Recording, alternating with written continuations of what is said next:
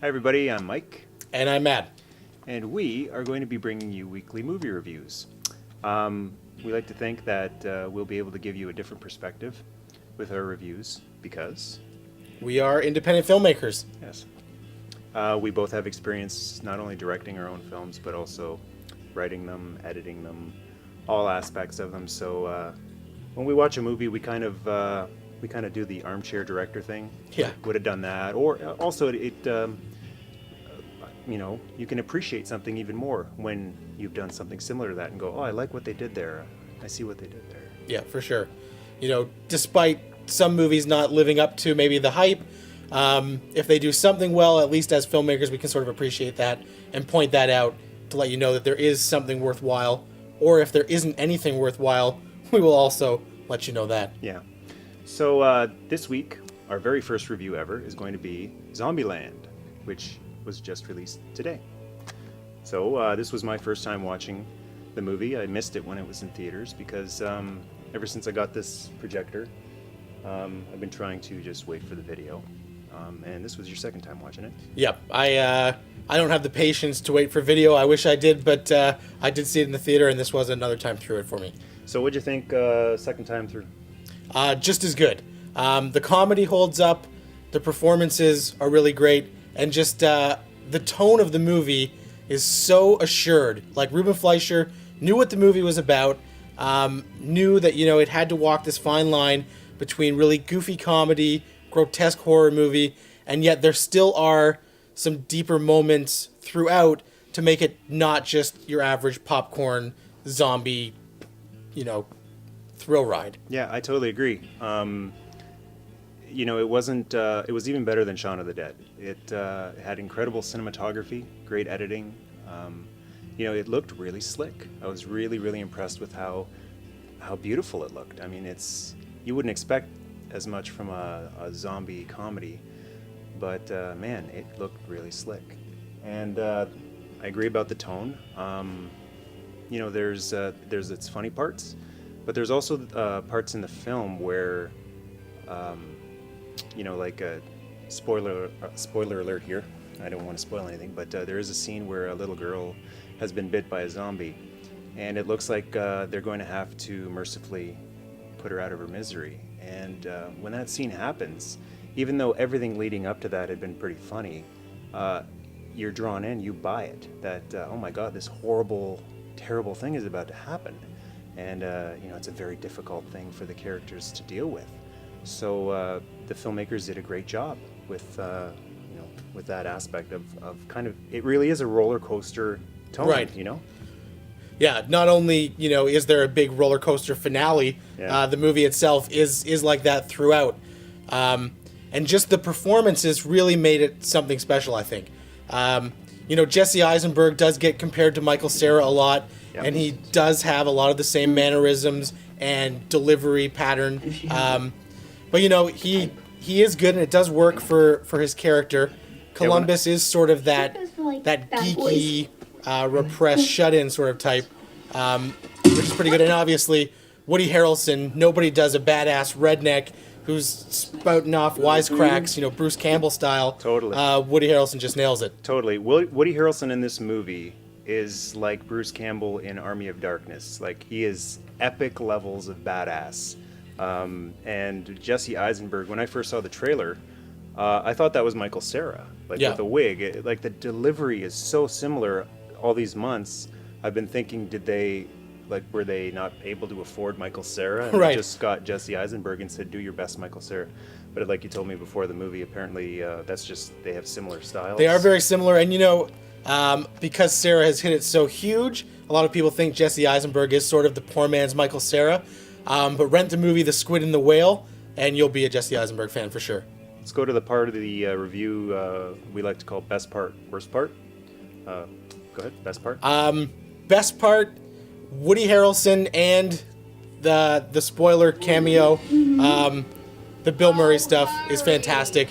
Everyone who grew up with Ghostbusters wishes they could play Ghostbusters with Bill Murray. So if there was a zombie apocalypse, I call dibs on Ray, and just to be there with Venkman and stuff would just be awesome. Yeah. Worst part? Worst part, some of the love story, it works, but there's that scene where they're like drinking a bottle of wine, and she talks about her first R-rated movie, Anaconda, which wasn't even rated R when it came out at the theater. And some of that, the pacing, it's nice to take a break, but I thought they could have sped it up a little bit to get to, the other action stuff. And so for you, best part, worst part? A lot of great parts. Hard to pick one, but you know what? I'm going to have to say that the best part and the worst part is one and the same. The best part was the Bill Murray cameo. I was rolling. Like, I was dying laughing. And, every second he's up there is hilarious. Best part. Worst part, Bill Murray in the movie. The reason why I say that is, up until that point, the Woody Harrelson character Tallahassee was built to be this huge, larger-than-life Ash Williams style badass. Yeah. And when Bill shows up playing the character that he plays, I felt it totally stole Tallahassee's thunder. I was laughing at Bill, but I think there was damage done there until about the last 10 minutes of the film. I felt it was finally starting. Tallahassee was getting his thunder back. Yeah. In the last couple minutes of the movie. But Bill Murray definitely stole his show, and that's a good thing, but it's also a bad thing when it kind of, it is a cameo, so he's not in the whole film. I don't think I'm spoiling it by telling you the cameo, it ends, abruptly, and I just hated how it ended. I mean, it was funny, don't get me wrong. Yeah. The way his cameo ends is hilarious, but the rest of the movie, it was like when Hudson dies in Aliens. It was like, no. Yeah. So, that's a funny one. Bill Murray, wild. I was just so glad to see Bill Murray back in a movie where he actually allowed himself to be funny and have fun with something. Because over the years, seems really serious. He has gotten really uptight. You hear about horror stories about Bill Murray not wanting to do anything funny. Yeah. He's just sticking with, Wes Anderson and Jim Jarmusch movies. Not that Wes Anderson movies aren't very funny, but, Bill Murray himself isn't usually the source of a lot of the humor. And I just read a story about, he had a falling out with Dr. Egon Spengler. What was his name again? Harold Ramis. Harold Ramis directed Groundhog Day.